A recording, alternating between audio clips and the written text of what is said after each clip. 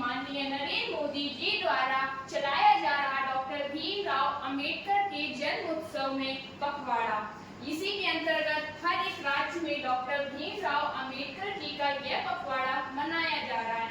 हमारे माननीय मुख्यमंत्री योगी आदित्यनाथ जी के कहने के उपलक्ष्य में हमारे हर एक कॉलेज एवं विद्यालयों में इसकी कई प्रतियोगिताएं सुनिश्चित की जा रही हैं, जो कि 14 अप्रैल 2025 से लेकर 25 अप्रैल 2025 से लेकर 28 अप्रैल 2025 तक हमारे यशस्वी प्रधानमंत्री जी द्वारा चलाया गया डॉक्टर भीमराव अंबेडकर का पखवाड़ा, जो कि उनके अंतर्गत यूपी सरकार माननीय आदित्यनाथ योगी द्वारा ये सभी कार्यक्रम स्कूलों में आयोजित हो रहे हैं। उसी के अंतर्गत हमारी गवर्नमेंट ITI भी 14 अप्रैल से 2025 से लेकर 25 अप्रैल 2025 तक यह पखवाड़े के अंतर्गत कई ऐसे निबंध, कला, शिक्षा, क्यूज एंड विवाद प्रतियोगिता का आयोजन कर रहा है। उसी के माध्यम से आज 26 अप्रैल 2025 को एक नुक्कड़ नाटक प्रस्तुत किया जा रहा है, जिसमें डॉक्टर भीमराव अंबेडकर जी ने 6 मौलिक अधिकार दिए। इनका एक एक करके विस्तार से हम सभी नुक्कड़ नाटक के प्रतिभागियों द्वारा हम चाहे तो हम हिंदू धर्म को माने और चाहे तो हम मुस्लिम धर्म को माने, इसकी हमें पूर्णतः मौलिक अधिकारों द्वारा स्वतंत्रता प्राप्त है। वहीं हमने 5वां मौलिक अधिकार सांस्कृतिक एवं शिक्षा का मौलिक अधिकार जाना, जो कि 29 से लेकर 31 के मौलिक अधिकारों में वर्णित है। वहीं हमने 6वां मौलिक अधिकार, जो कि एक विशेष मौलिक अधिकारों की गिनतियों में आता है, जो एक नॉर्मल सा व्यक्ति भी इस अधिकार के पक्ष में हाई कोर्ट, सुप्रीम कोर्ट एवं जज से इसका संविधान या इसका प्रूफ पा सकता है, जो कि हमारा आर्टिकल नंबर 32 के तहत संवैधानिक उपचारों का अधिकार। यदि आपके किसी भी मौलिक अधिकार का शोषण, विरोध या सांस्कृतिक, धार्मिक या समता समानता या स्वतंत्रता का अधिकार छीना जा रहा है या कुछ उसके प्रति गलत हो रहा है, तो आप सीधे सुप्रीम कोर्ट के महान्यायवादी द्वारा लिखे गए मौलिक अधिकार, जो कि डॉक्टर BR अम्बेडकर द्वारा दिए गए थे, आप इसका उल्लंघन व इसके आगे और पूर्ण कार्रवाई कर सकते हैं। यही हमारी टीम ने एक नुक्कड़ नाटक द्वारा बताया। धन्यवाद।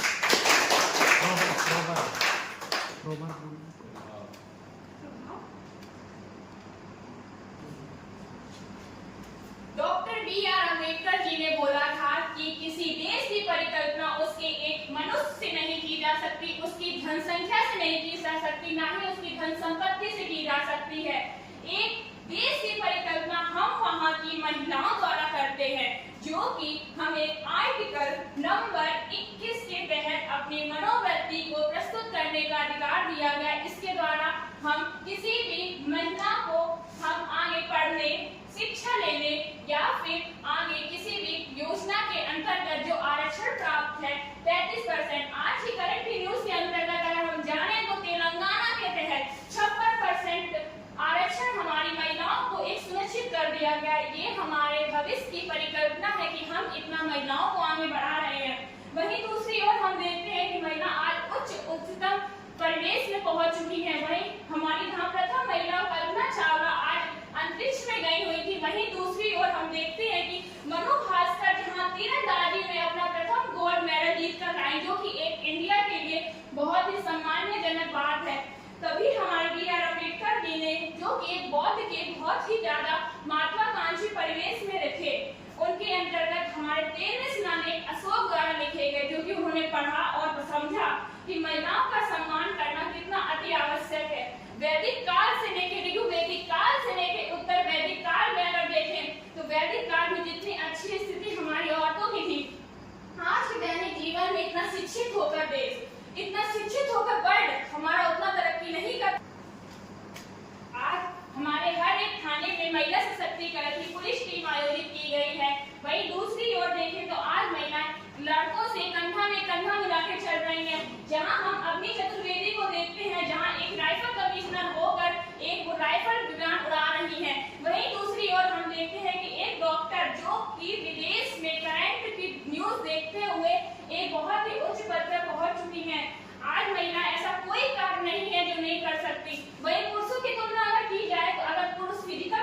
होशियार होते हैं तो वही औरतें मेंटली बहुत ज्यादा स्ट्रांग होती हैं।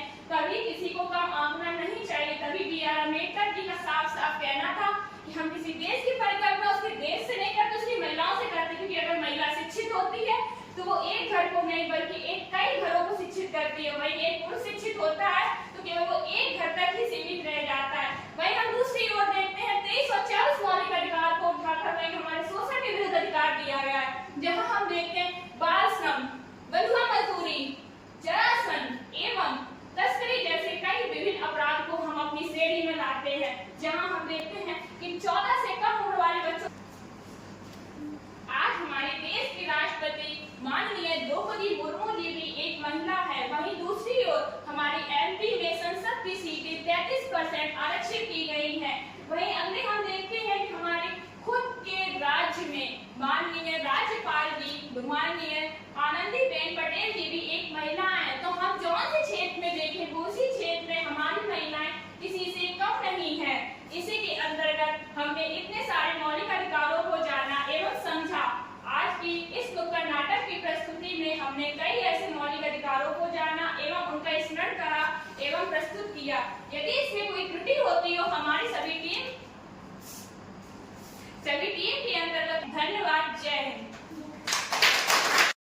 हम चाहे तो हम हिंदू धर्म को माने और चाहे तो हम मुस्लिम धर्म को माने, इसकी हमें पूर्णतः मौलिक अधिकारों द्वारा स्वतंत्रता प्राप्त है। वहीं हमने 5वां मौलिक अधिकार सांस्कृतिक एवं शिक्षा का मौलिक अधिकार जाना, जो कि 29 से लेकर 31 के मौलिक अधिकारों में वर्णित है।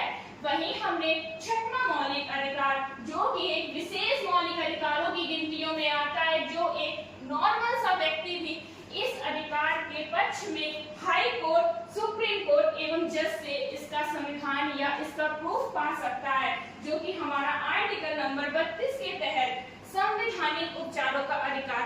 यदि आपके किसी भी मौलिक अधिकार का शोषण, विरोध या सांस्कृतिक, धार्मिक या समता समानता या स्वतंत्रता का अधिकार छीना जा रहा है या कुछ उसके प्रति गलत हो रहा है, तो आप सीधे सुप्रीम कोर्ट के महान्यायवादी द्वारा लिखे गए मौलिक अधिकार जो कि डॉक्टर B.R. अम्बेडकर द्वारा दिए गए थे, आप इसका उल्लंघन व इसके आगे और कुछ कार्रवाई कर सकते हैं।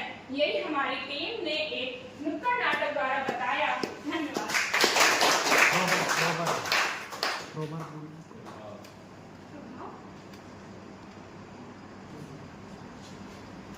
Doctor B.R. अम्बेडकर जी ने बोला था कि किसी देश की परिकल्पना उसके एक मनुष्य से नहीं की जा सकती, उसकी धन संख्या से नहीं की जा सकती, ना ही उसकी धन संपत्ति से की जा सकती है। एक देश की परिकल्पना हम वहां की महिलाओं द्वारा करते हैं, जो कि हमें आर्टिकल नंबर 21 के तहत अपनी मनोवृत्ति को प्रस्तुत करने का अधिकार दिया गया। इसके द्वारा हम किसी भी महिला को हम आगे पढ़ने, शिक्षा लेने या फिर आगे किसी भी योजना के अंतर्गत जो आरक्षण प्राप्त है 33%। आज की करंट न्यूज के अंतर्गत अगर हम जाने तो तेलंगाना के तहत 56% आरक्षण हमारी महिलाओं को एक सुनिश्चित कर दिया गया। ये हमारे भविष्य की परिकल्पना है कि हम इतना महिलाओं को आगे बढ़ा रहे हैं। वहीं दूसरी ओर हम देखते हैं कि महिला आज उच्चतम परिवेश में पहुंच चुकी है। वहीं हमारी जहाँ प्रथम महिला कल्पना चावला आज अंतरिक्ष में गई हुई थी। वहीं दूसरी ओर हम देखते हैं कि मनु भास्कर जहाँ तीरंदाजी में अपना प्रथम गोल्ड मेडल जीत कर आई, जो कि एक इंडिया के लिए बहुत ही सम्मानजनक बात है। तभी हमारे B.R. अम्बेडकर जी ने, जो कि एक बौद्ध के बहुत ही ज्यादा महत्वाकांक्षी परिवेश में रखे, उनके अंतर्गत हमारे 13वें शिलालेख अशोक द्वारा लिखे गए, जो कि उन्होंने पढ़ा और समझा कि महिलाओं का सम्मान करना कितना अति आवश्यक है।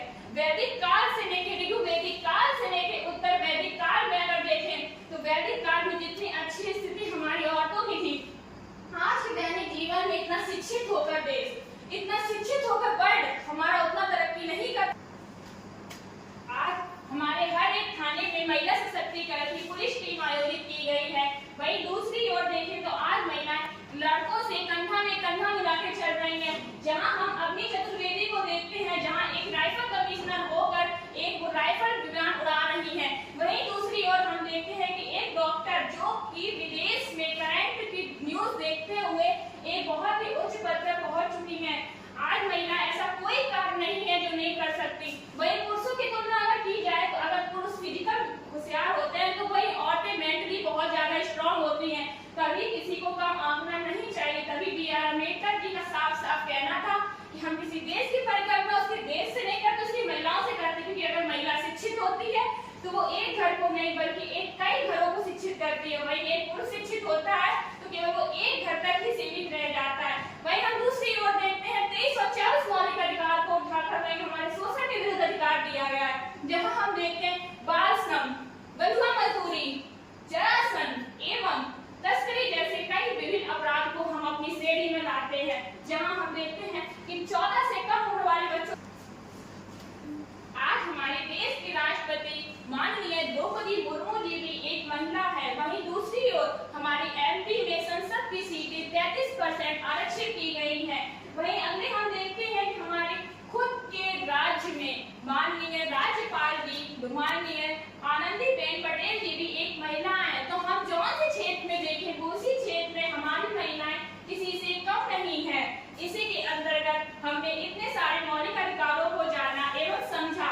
आज की इस नुक्कड़ नाटक की प्रस्तुति में हमने कई ऐसे मौलिक अधिकारों को जाना एवं उनका स्मरण करा एवं प्रस्तुत किया। यदि इसमें कोई त्रुटि होती हो हमारी सभी टीम